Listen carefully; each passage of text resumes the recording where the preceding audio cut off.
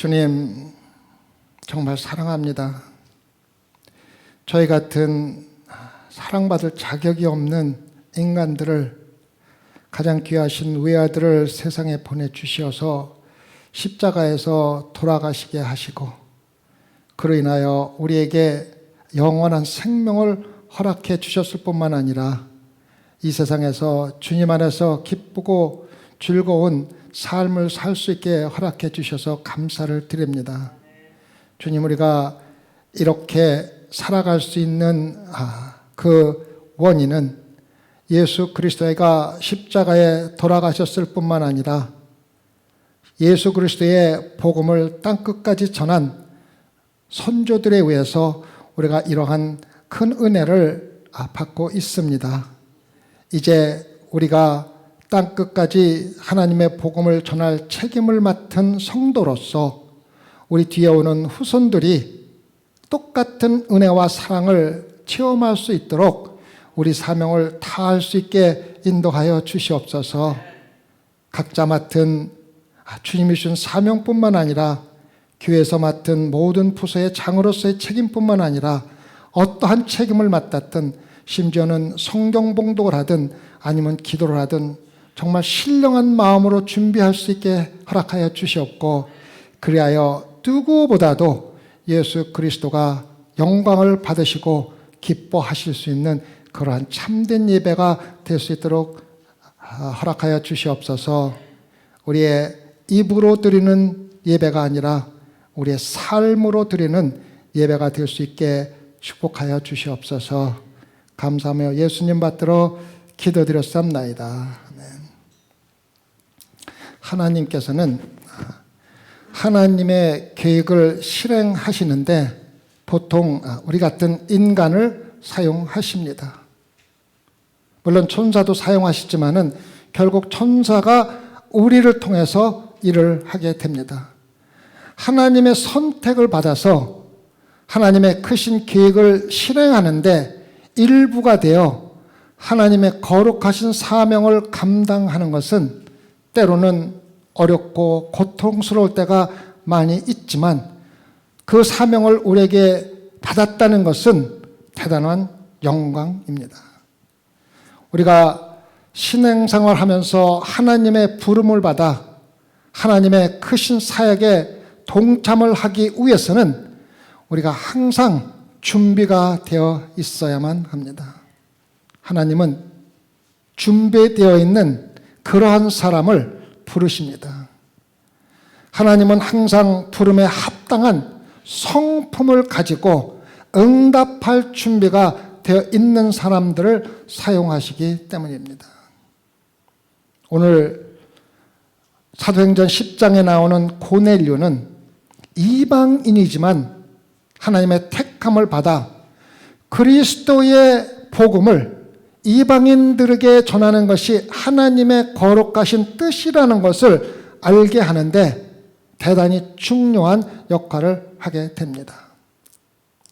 하나님의 선택을 받아 하나님의 크신 은혜에 함께 동참한 고넬료를 통하여 하나님의 택함을 받기에 합당한 성품이 무엇인지를 함께 알아보고 우리도 똑같은 성품을 가지고 하나님의 부름을 기다리는 소망교회 성도가 되기를 부탁을 드리겠습니다.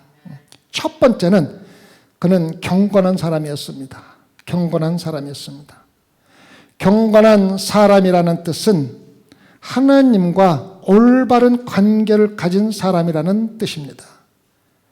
항상 가장 높은 하나님을 향하여 나아가고 그의 삶의 목표가 가장 높은 하나님을 경외하고 만나는 것이 바로 경건한 사람들이 하는 일입니다. 가장 높은 하나님을 향하여 나아가며 경건한 사람은 보이지 않는 미래의 세상을 꿈꾸며 미래의 세상을 위해서 지금 영혼을 준비하고 있는 사람들입니다. 그리고 좀 더 큰 믿음을 추구하기 위해서 항상 노력하고 자기의 문을 활짝 자기의 영혼의 문을 활짝 열어놓고 거룩한 하나님의 영을 받을 준비를 항상 하고 있기 때문에 언제든지 하나님과 영적인 교통을 하고 있습니다. 이방신이나 우상을 숭배하는 것으로는 만족할 수 없는 성품이 거룩한 성품입니다.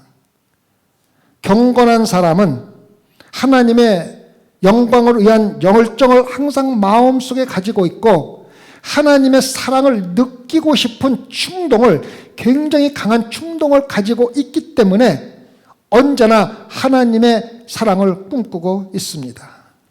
그래서 고넬료는 첫 번째로 경건한 사람이었습니다.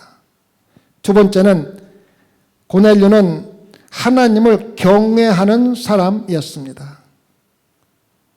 그의 성품은 이기심의 원인인 물질주의를 근거로 하지 않았습니다.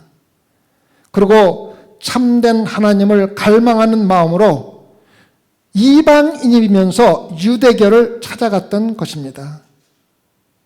참된 하나님을 만날 수는 있었지만은 그 기쁨은 자기가 추구하는 기쁨이 아니었습니다. 유대교에서도 하나님의 계시를 충분히 경험하지 못하고 유대교 뒤에 숨어있는 어떠한 새로운 계시가 있을 것이라는 꿈을 가지고 끊임없이 그 새로운 하나님의 계시를 찾고 있었습니다. 마치 해가 뜨기를 기다리는 여행자처럼 하나님의 완성된 계시를 갈망하고 있었던 것입니다. 하나님을 경외하는 고넬료는 기도로 울부짖는 동안에 마침내 하나님의 사자가 나타나고 천사가 말하기를 내 기도와 구제가 하나님 앞에 상달하여 기억하신 바가 되었다는 놀라운 하나님의 응답을 받게 되는 것입니다. 하나님을 경외하는 사람은, 하나님을 경외하면서 신앙생활을 하는 사람은 반드시 하나님을 만나게 된다는 것을 고넬료를 통해서 확인해주고 있는 것입니다. 세 번째, 자신의 역량이 주변에 있는 가족뿐만 아니라 자기 주변에 있는 넓은 범위에 있는 사람까지도 느낄 수 있는 역량을 나타내면서 살았습니다. 가장 가까운 자신의 가족에게 영향을 미치지 못하는 신앙인은 매우 가치가 없는, 매우 약한 감성적인 신앙생활을 하고 있다는 것입니다. 고넬료의 믿음은 가족들뿐만 아니라 종들과 하인들에게도 영향을 주었고 그들을 경건하게 만드는 원인이 되었던 것입니다. 고넬료가 위선적인 신앙을 가지고 있었다면은 가정이나 주변에서 믿음의 증거가 되지 못하고 도리어 하나님을 욕되게 하는 그러한 원인이 되었을 것입니다. 자신의 위선적인 신앙생활을 매일 함께하지 않는 주변 사람들에게는 숨길 수가 있을지 모르지만 함께 같이 살고 있는 가족에는 절대로 숨길 수가 없다는 것을 기억해야만 합니다. 요즘 신앙을 고백하는 사람들 가운데는 백부장이 보여준 일관성 있는 신앙생활로 가족들에게 모범이 되는 사람들이 대단히 적다는 것은 실질적으로 통계적으로 나와 있는 사실입니다. 강한 영적인 갈망으로 그의 가정을 현명하게 관리하고 자신의 밑에 있는 사람들의 생활을 책임지고 있었습니다. 그의 경건함은 가족들에게 병처럼 전염이 되었고 가족들이 하나님의 말씀을 들으려는 열정을 갖게 하는 원인이 되었던 것입니다. 소망교회 성도 여러분, 여러분은 가족을 비롯한 주변 사람들에게 어떠한 영향을 미치고 있으며 여러분들이 진실한 신앙생활을 하고 있다는 것을 증명해주는 예수 그리스도의 영향을 미치면서 신앙생활하고 있습니까? 만약 여러분이 주변 사람들에게 어떠한 영향을 주지 못하든가 아니면 부정적인 영향을 주고 있다면 아마도 여러분이 위선적인 신앙생활을 하고 있다는 증거는 아닌지요. 여러분의 가족들이 아직도 구원에 이르는 믿음 생활을 하고 있지 못하다면 여러분의 신앙생활을 다시 한번 확인해 보는 시간을 가질 필요가 있다는 것입니다. 네 번째, 그는 기도를 통하여 항상 하나님과 교통하는 영적인 삶을 살았습니다. 그는 항상 기도했습니다. 자연적인 본능의 기도가 아니며 감성적인 기도가 아니었습니다. 하나님에 대한 개인적인 외침이며 부르짖음의 기도를 했던 것입니다. 그 기도는 입술이나 무릎으로 하는 일시적이고 형식적인 기도가 아니라 그의 마음 속에서 지치지 않고 중단하지 않는 삶의 실천 그 자체였습니다. 기도가 우리의 생활의 일부가 되어 우리가 매일 먹고 마시고 또 하루에 8시까지 잠을 자는 것 같이 매일 자연스럽게 이루어져야 건전한 하나님이 원하시는 신앙생활이 될 수가 있다는 것입니다. 다섯째, 그는 백성들을 많이 구제했습니다. 구제라는 것은 물질적인 도움을 주었다는 뜻입니다. 자신의 친족과 친구들뿐만이 아니라 자기들에게서 멸시를 받고 있던 유대인들까지도 구제를 했습니다. 믿음의 기도와 사랑의 나눔은 새의 두 날개와 같은 것이며 한 개만 잘못되어도 나를 수가 없는 것입니다. 평화의 비둘기처럼 새로운 축복과 거룩한 능력을 계속해서 불러들이는 원천이 되는 것입니다. 고넬료의 구제는 그 구제 자체에는 커다란 가치가 없었습니다. 그러나 마음의 갈망과 하나님을 향한 마음의 표시로서 내가 하나님을 사랑하고 있습니다라는 표시로서 하나님께서 귀하게 받아주신 것입니다. 백부장은 다른 사람들에게 약탈하기 위해서 백부장이라는 권위를, 위치를 절대 사용하지 않았습니다. 도리어 많은 사람들에게 자선을 베풀었던 것입니다. 성도 여러분, 믿는 성도들에게는 나 자신을 부인하고 하나님을 섬기는 행동과 마음으로 구제를 나의 사역으로 나타내야만 합니다. 단순히 물질을 주는 것이 아니라 나 자신을 부인하고 나 자신의 연약함과 죄를 의식하고 죄를 사하여 주시는 하나님을 믿으면서 하나님이 빛 가운데 계신 것 같이 나도 빛에 거하며 사람들과 끊임없이 교제하며 그리고 죄 사함을 계속해서 받는 것을 경험하며 구제를 나 자신의 사역으로 만들어 가야 하나님이 기뻐 받으시는 것입니다. 참된 신앙은 활동적이고 살아있는 능력이며 여러분의 주변에 있는 모든 사람들에게 여러 가지 방법으로 영향을 주어야만 한다는 것입니다. 미국의 작은 마을에서 일어난 구제에 대한 아름다운 이야기를 소개합니다. 대가족이 있는 한 가난한 사람이 자신이 건강할 때 가난하면서도 많은 사람들에게 넉넉하게 베풀어 주었습니다. 그런데 그는 다리를 다치게 되었고 몇 주 동안 자리에 누워 있었습니다. 그래서 한동안 식량이 부족했기 때문에 그 집에서 기도회를 열기로 결정을 했습니다. 그 기도 모임은 브라운 집사가 인도하고 있었습니다. 그때 크게 문을 두드리는 소리가 들리면서 기도 모임이 중단되었습니다.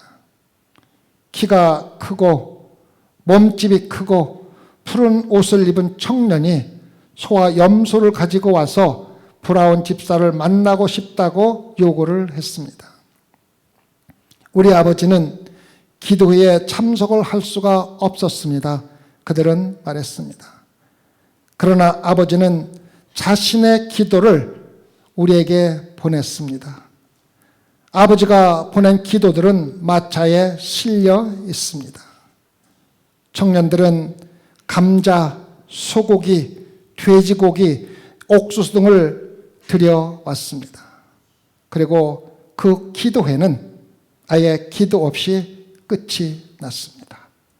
기도를 하기 전에 구제를 베푸는 한 성도 때문에 가난한 사람은 자신이 누워있는 동안에 어떠한 부족함을 겪지 않았습니다.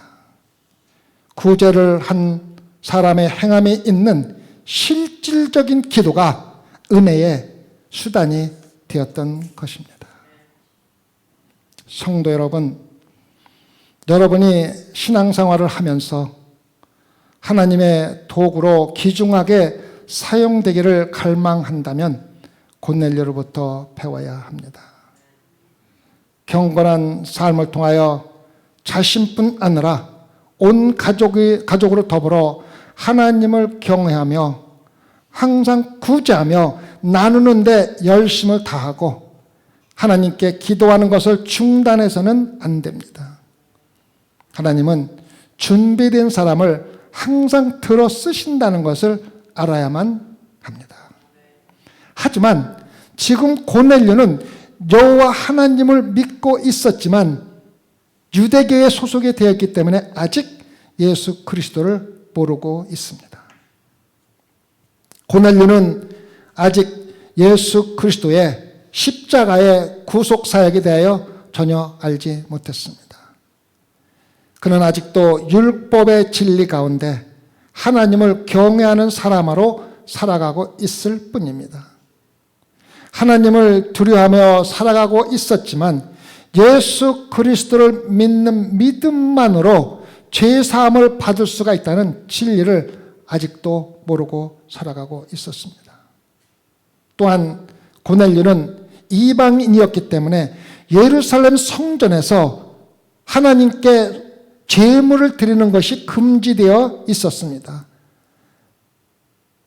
제물을 드리는 대신에 고넬료는 여러 가지 방법으로 구제를 했으며 하나님께 상달이 되고 하나님이 기억을 하셨다고 기록이 되어 있습니다. 그리고 이방인에게 복음을 전하는 것이 하나님의 거룩한 뜻이라는 것을 공식적으로 받아들이는데 통로로서 가장 귀하게 사용된 것입니다. 3절과 5절에 하루는 제9시쯤 되어 환상 중에 밝히 봄에 하나님의 사자가 들어와 가로되 고넬료야 하니 고넬료가 주목하여 보고 두려워 가로되 주여 무슨 일이니까?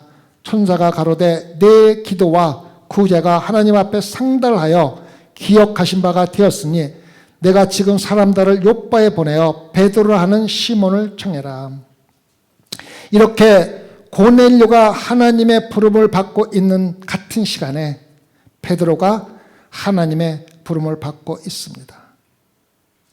베드로는 환상 가운데 자신이 깨끗하지 못하다고 믿었던 음식을 먹으라는 하나님의 명령을 듣게 됩니다.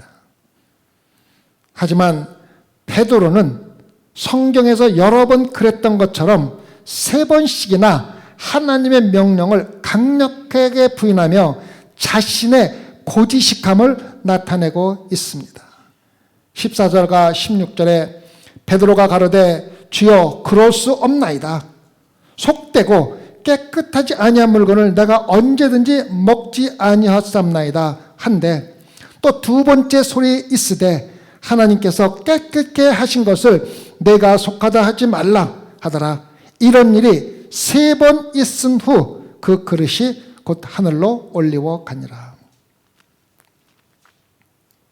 이 환상을 본 후에 3번씩이나 부인하던 고지식하고 성급하고 굉장히 격렬하던 베드로는 이제 하나님의 은혜로 변하여서 사려 깊고 자신을 다스릴 수 있는 성숙한 사람이 되었습니다. 자신의 고지식함을 버리고 이방인에 대한 편견까지도 빨리 버려버리고 하룻밤을 조용히 묵상하고 간절한 기도로 보낸 후에 하나님의 사명을 감당할 준비가 되어 있었습니다. 변화된 베드로는 고넬료가 보낸 사람들과 함께 고넬료를 방문하게 되는 것입니다. 베드로가 도착할 때 고넬료는 문 앞에서 베드로를 경의로 맞이하고 있습니다. 25절에 베드로가 들어올 때에 고넬료가 맞아 발 앞에 엎드려 절하니, 그러나 베드로는 그러한 경의를 미신적인 행동으로 정중하게 거절합니다. 26절 베드로가 일으켜 가로되 일어서라, 나도 사람이라. 내가 사도로서 많은 기적도 행하지만 예수 그리스도의 종이로서 나는 사람밖에 아무런 다른 것이 없다는 것을 이야기해 주고 있습니다. 베드로는 자신을 사람으로 소개함으로 자신의 강함과 함께 주님이 주신 강한 능력과 함께 자신의 약함을 인정하는 것입니다. 그들과 똑같은 인간으로서 모든 인간의 연약함과 죄를 인정함으로 다른 사람들의 죄와 약함을 함께 느낄 수가 있고 그들을 똑같은 심정으로 위로할 수가 있었던 것입니다. 고넬료는 환상 가운데 천사가 전한 말을 베드로에게 이야기하면서 베드로를 초청한 이유를 설명한 것입니다. 고넬료의 이야기를 들은 베드로는 예수 그리스도의 복음을 그들에게 전하고 있습니다. 복음은 실제로 일어난 사실을 기록한 것이며 그 사실을 근거로 복음의 성경의 교리가 정립된 것입니다. 복음은 단순히 도덕적인 교훈이 아닙니다. 우리가 최선을 다해서 열심히 한다면 하나님이 받을 것이라고 하거나 여러분이 올바르게만 산다면 구원받을 것이라고 말하지 않습니다. 경건하고 모험적인 삶을 살고 있는 고넬료도 자신의 구원을 위해 여전히 예수 그리스도와 성령이 필요했던 것입니다. 그의 경건한 삶이나 구제 사역은 그를 죄에서 면제해 주지 못했습니다. 이러한 고넬료에게 베드로는 예수 그리스도의 구원의 진리를 가르치고 있습니다. 무엇을 가르치고 있습니까? 그것은 예수 그리스도의 이야기입니다. 예수 그리스도는 자신이 인간으로 이 세상에 태어났지만 동시에 인간의 죄를 사하여 주시고 거듭나게 할 수 있는 능력을 가지고 태어나셨습니다.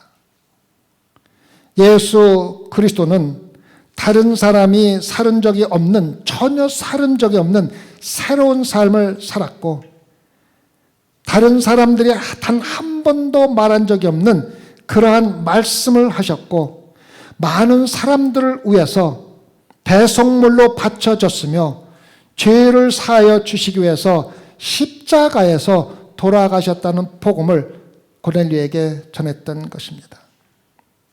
그리고 죽은 후에 살아있는 죽은 대제사장이 아니라 살아있는 대제사장이 되기 위해서 다시 살아나셨습니다. 믿는 모든 사람들을 위한 하나님의 중보자이며 또한 우리를 위한 변호자이며 인간을 심판하는 심판자이며 인간의 죄를 위한 속죄와 화목제로 예수 그리스도가 오셨다는 것을 고넬료에게 전해준 것입니다. 성도 여러분, 지금도 이러한 간단하면서도 예수 그리스도의 복음을 전해야 되지 않습니까? 요즘 우리가 전하는 복음은 지금 구세주를 잃어버리고 주변에 있는 것들만 전하고 있지는 않습니까? 이제 예수 그리스도가 전한 처음의 복음이 너무 오래되고 낡아서 새로운 복음을 찾아야 할 때가 된 것입니까? 잘못된 복음을 인하여 세상의 심판자들과 교회가 너무 심하게 감염되어 있다는 것입니다. 심지어는 기독교 설교조차도 목사들의 뛰어난 웅변술이나 참신함으로 평가되고 있으며 예수 그리스도의 선포에 대한 것으로는 거의 평가되지 않고 있다는 것은 대단히 두려우면서도 걱정이 되는 사실입니다. 하나님은 단순한 복음으로 돌아와서 이방인을 향한 사도 베드로의 첫 설교를 실행하도록 도와주고 있는 것입니다. 그리고 하나님은 놀라운 방법으로 베드로의 단순한 복음이 능력이 있다는 것을 증거해 주고 있습니다. 44절에서 베드로가 예수 그리스도의 복음을 전할 때 말씀을 듣는 모든 사람에게 성령이 내려오신 것입니다. 오순절 내려오신 주님의 성령의 불결이 베드로의 단순하면서도 능력 있는 복음의 진리를, 그것이 능력이 있다는 것을 증명해 준 것입니다. 성경의 다른 곳에서는 세례가 먼저 이루어졌고 세례를 받은 자에게 성령의 은사가 뒤따랐지만 지금 이 시간에는 내적인 성령의 선물이 먼저 주어지고 외적인 세례가 일어나는 놀라운 성령의 역사를 주님께서 보여주고 있는 것입니다. 오순절 성령의 역사보다도 결코 적지 않게 첫 번째 이방인 세례를 위해서 부정할 수 없는 성령의 세례를 먼저 주고 물 세례를 받으라고 말씀하신 것입니다. 예수 그리스도로 오신 하나님은 인간을 직접 찾아와 인간들에게 선을 행하십니다. 이방 종교는, 유대교를 포함한 모든 종교는 항상 인간이 하나님을 찾으려고 노력하다 찾지 못하는 모습을 나타내주고 있습니다. 인간이 하나님을 찾을 수가 없습니다. 그래서 하나님이 인간을 찾아야 한다는 것입니다. 성경을 읽어보면은 모든 말씀에 인간이 사람을 찾는 것이 아니라 하나님이 인간을 찾아서 내려오셨다는 것입니다. 다른 종교에서는 인간이 하나님을 위해서 무엇을 해야만 하는가를 가르치고 선언하고 있습니다. 그리스도교는 하나님이 인간을 위해서 하신 일을 나타내주고 선언하는 것입니다. 그래서 예수 그리스도의 복음의 전파는 다른 어떤 종교와 달리 세상에 강한 혁명을 일으킬 능력이 있다는 것입니다. 말하자면 세상의 중심에서 완전히 벗어났다는 것입니다. 과학이 발달하기 전에 고대 천문학에서는 모든 사람들이 태양이 지구를 돌고 있다고 이해를 했습니다. 그러나 과학이 발전하고 현대 문학의 천문학에서는 지구가 태양을 중심으로 회전을 하고 있다는 것을 다 알고 있습니다. 종교 변화도 똑같은 원리입니다. 처음에는 고넬료가 하나님을 위해서 무엇을 했는지를 이 성경 말씀이 우리에게 말해줍니다. 뭘 했습니까? 그는 경건하게 살았고 기도하고 금식하고 자선을 베풀었습니다. 여기까지가 유대 종교와 다른 종교가 행하는 기초입니다. 그래서 마지막 절로 내려가면은 하나님께서 고넬료를 위해서 하신 일을 우리에게 알려줍니다. 무엇을 하셨습니까? 하나님은 그의 아들 예수 그리스도를 보내셔서 누구든지 그를 믿는 사람은 그 이름을 힘입어 죄 사함을 받고 영생을 얻는다는 것을 말해주고 있습니다. 이것이 바로 기독교 신앙의 기초입니다. 이렇게 죄 사함을 받고 영생을 얻은 참 그리스도인의 성품은 하나님을 두려워하고 하나님의 계명을 지키는 것입니다. 이것이 모든 인간들의 의무이기 때문입니다. 하나님을 경외하고 그의 의를 행하는 참 그리스도인은 단순히 그리스도를 통하여 받아들여지는 자격을 받을 뿐만 아니라 또한 미래의 영광을 함께 누릴 수 있는 자격까지도 받게 해주는 것입니다.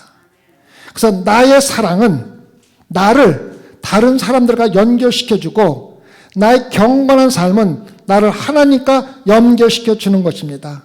그래서 사랑과 경건함이 합쳐서 참된 그리스도인의 성품을 결정해 주는 것입니다. 그래서 여러분이 사랑을 잃어버리든가 하나님을 경하는 경건한 마음이 없을 적에는 둘 중에 하나를 잃어버리면 한 날개를 잃은 새와 같다는 것입니다. 교회가 이방인 가운데 복음을 전파하기 시작한 이유는 고지식한 베드로가 변화할 의지가 있었고 자신과 전혀 다른 이방 사람들을 받아들일 의지가 있었기 때문입니다. 고지식한 베드로의 변화가 거대한 이방 선교사의 시작이었다는 것입니다. 그래서 성도 여러분, 여러분들은 신앙생활을 하면서 변화될 준비가 되어 있습니까? 여러분은 고지식한 옛 습관을 버리고 새로운 사람이 되어 변할 의지가 있습니까?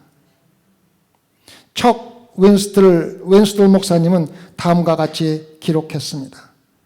다른 사람들에 대한 여러분의 태도를 하나님께서 바꾸도록 허락하고 있습니까? 여러분의 삶 가운데 완고한 부분을 바꾸도록 허락하고 있습니까? 오랫동안 다른 사람과의 관계를 방해하는, 그리고 여러분의 가정에 상처를 주는 뿌리 깊은 습관을 바꾸도록 허락했나요? 운전 중 무례한 습관, 더러운 혀, 속임수, 고집 또는 게으름을 바꾸도록 하나님께 허락했나요? 우리의 육체는 발버둥을 치며 끝까지 외로운 싸움을 싸우면서 서서히 고통스럽게 피비린내 나는 죽음으로 죽습니다. 옛사람의 옷을 벗는 것은, 즉 옛생활 습관을 벗는 것은 새로운 사람의 옷을 입기로 결심할 때까지는, 새롭고 신선한 그리스도의 삶을 살기로 결정할 때까지는 완성이 되는 것이 아닙니다. 그리고 제단사의 이름은 변화입니다. 제단사는 여러분의 틀에 맞추는데 전문가입니다. 하지만 그 과정은 고통스러운 대가를 치루어야 합니다. 그 제단사의 진짜 이름은 성령입니다. 여러분은 성령이 새로운 옷을 입히는 즉시 성령을 신뢰하고 여러분의 오래된 누더기의 옷을 벗어버릴 수가 있습니다. 그런데 여러분이 한 번 더 낡은 옷을 입고 싶은 충동에 빠져들 때에 성령이 하루에 24시간 대기하며 기다리고 있습니다. 여러분이 간구를 한다면 여러분이 처음 그의 가게에 들어갔던 날의 모습을 기억하도록 도와줄 것입니다. 성령은 기억을 하는 거울이 있으며 그것을 말씀이라고 부르는 것입니다. 우리의 호기심을 채워주기 위해서 하나님의 말씀을 우리에게 주시지 않으셨습니다. 우리의 삶을 바꾸라는 명령을 하기 위해서 우리에게 주신 것입니다. 정확하게 어떠한 변화를 여러분의 개인적인 화판에 가지고 있습니까? 여러분의 삶에서 어떠한 변화와 조정을 하나님께 간구해야 합니까? 다시 말해서 오늘날 얼마나 많은 사람들이 아무런 변화 없이 수동적으로 신앙생활을 하고 있습니까? 여러분 가운데 얼마나 많은 사람들이 그리스도의 삶에 적극적으로 참여하면서 신앙생활하고 있습니까? 성도 여러분, 그리스도의 삶에 적극적으로 참여하며 새로운 일들을 준비하는 가장 좋은 방법은 지금 다음과 같은 4가지 변화를 적극적으로 받아들이는 것입니다. 4가지 기억하시기 바랍니다. 첫째, 생활 방식의 변화입니다. 첫째, 생활 방식의 변화입니다. 여러분의 옛 옷을 벗고 새로운 옷을 입는 것입니다. 옛 습관을 버리고 예수 그리스도를 담는 것입니다. 두 번째는 생각의 변화입니다. 생각의 변화입니다. 여러분의 마음을 새롭게 함으로 거듭나는 경험을 하는 것입니다. 세 번째는 성격의 변화입니다. 성령의 열매를 맺는 것을 성격의 변화라고 합니다. 성령의 열매인 사랑과 희락과 화평과 오래 참음과 자비와 양선과 충성과 온유와 절제를 나타내는 삶을 사는 것이 성격의 변화입니다. 네 번째, 마지막, 심령의 변화입니다. 하나님을 예배하는 마음을 끊임없이 발전시켜 나가는 것입니다. 이러한 4가지 변화로 나타나는 그리스도의 삶에 여러분들이 적극적으로 동참을 해야 구원에 이른다는 것입니다. 여러분이 이러한 4가지 변화의 과정으로 기꺼이 변화하기를 원한다면 하나님이 여러분을 사용하셔서 여러분의 가족뿐만 아니라 사업에, 심지어는 온 국가의 변화의 운동을 시작하실지 누가 알고 있습니까? 기도하십시오. 주님, 변화할 수 있게 허락해 주시옵소서. 옛 고집을 그대로 갖고 있지 않게 주님 저희들을 변화시켜 주시옵소서. 오로지 성령님께서만 할 수가 있습니다. 오늘 이 시간 성령님께서 소망교회 성도들 삶에 들어오셔서 그들의 옛 습관을 버리고 새로운 삶을 살 수 있게 허락해 주시었고, 특별히 영적인 변화를 받아 하나님을 예배하고 경배하는 것을 끊임없이 할 수 있도록 주님께서 축복하여 주시옵소서. 감사하며 예수님 받들어 기도드렸사옵나이다.